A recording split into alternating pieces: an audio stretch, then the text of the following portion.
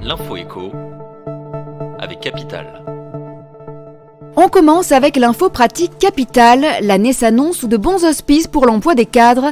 En 2019, les prévisions d'embauche pour cette catégorie de salariés sont orientées à la hausse selon l'association pour l'emploi des cadres. Entre 270 700 et 292 000 cadres devraient être recrutés dans les mois qui viennent. Un chiffre en progression par rapport à 2018. Parmi les secteurs les plus demandeurs, les services, l'industrie, la construction et le commerce. En termes de fonctions, les postes en informatique et en études, recherche et développement devrait représenter 4 recrutements sur 10. Capital vous livre en détail les fonctions et les secteurs qui vont donc le plus recruter cette année.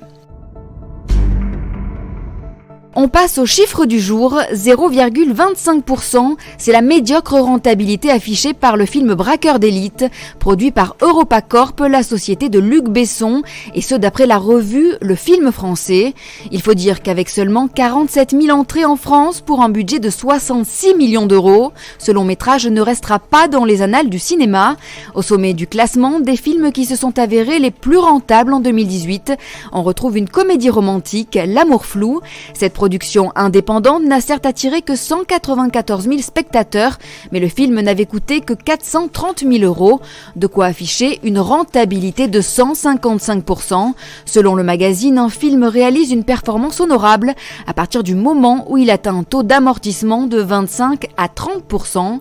Les films Les Tuches 3, Le Grand Bain et Mademoiselle de Jonquière ont-ils atteint ce ratio? La réponse sur capital.fr.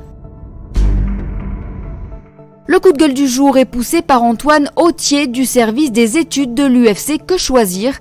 D'après une enquête de l'association de consommateurs, près de 30% des logements neufs vendus sur plan sont actuellement livrés avec du retard.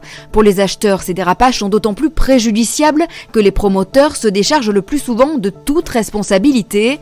Retrouvez ce coup de gueule dans le dernier Quand rendez-vous de l'immobilier, l'émission de radio de Capital consacrée ce mois-ci à l'immobilier neuf.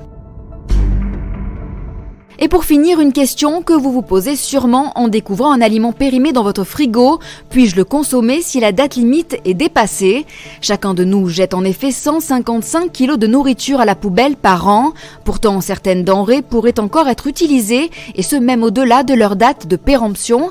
Ainsi, les yaourts, les jus de fruits et les œufs ne présentent guère de danger à être mangés hors délai.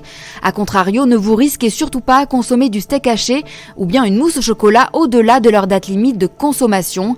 Fromage, plats préparés, beurre ou gâteau, Capital.fr vous indique pour 28 catégories d'aliments si vous pouvez les manger après la date de péremption ou pas.